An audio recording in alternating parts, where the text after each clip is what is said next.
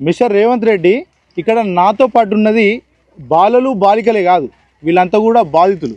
ఎందుకంటే మీరు చేసినటువంటి దౌర్జన్యానికి వీళ్ళంతా కూడా బలైపోయినటువంటి పరిస్థితి, నలిపోయినాయి. కనీసం మీరు ప్రజాపాలన ప్రతిసారి కూడా చెప్తూ ఉంటారు. మరి ఇంతమంది బాలలు బాలికలు మీ ప్రభుత్వం చేస్తున్నటువంటి దౌర్జన్యానికి పూర్తి మొత్తంలో బలైపోయారు.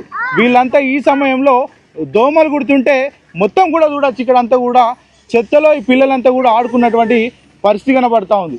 ఇంత దౌర్జన్యం జరుగుతూ ఉంటే ఇక్కడ ఉన్నటువంటి ముగ్గురు మంత్రులు ఏం చేస్తూ ఉన్నారు, వీళ్ళు ఓట్లేసి గెలిపించినటువంటి ఎమ్మెల్యే ఏం చేస్తూ ఉన్నాడంటూ కూడా వీళ్ళంతా కూడా ప్రభుత్వాన్ని ప్రశ్నిస్తూ ఉన్నారు. ప్రజాపాలన పేరుకి డబ్బాలు కొట్టడం కాదు, ఇలాంటి ప్రజలందరినీ ఇలాంటి కష్టాలు రాకుండా చూడాల్సినటువంటి నైతిక బాధ్యత మీదే.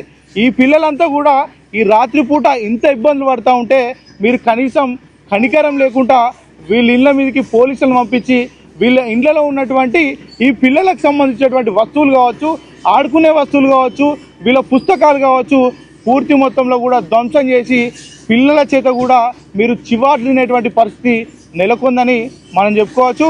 ఈ పిల్లలంతా కూడా మా ఇల్లు పోయిందంటూ కూడా బిక్కుమని బాధపడుతున్నటువంటి తరుణాన్ని మనం చూస్తూనే ఉన్నాం.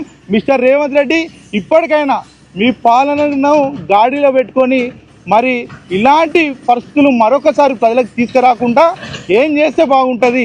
వీళ్ళకి ఇప్పటికి జరగాల్సినటువంటి నష్టం పూర్తి మొత్తంలో జరిగిపోయింది.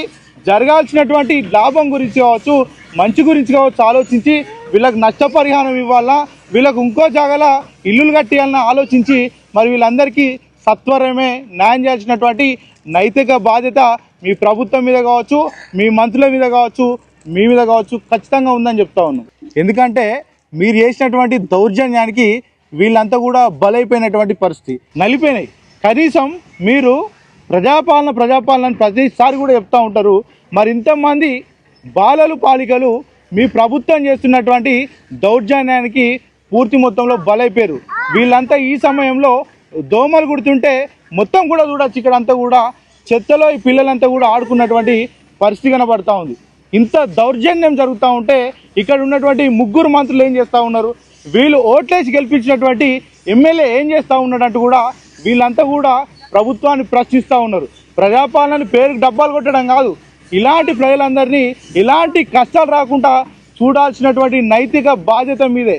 ఈ పిల్లలంతా కూడా ఈ రాత్రిపూట ఇంత ఇబ్బందులు పడుతూ ఉంటే మీరు కనీసం కనికరం లేకుండా వీళ్ళ ఇళ్ళ మీదకి పోలీసులను పంపించి వీళ్ళ ఇండ్లలో ఉన్న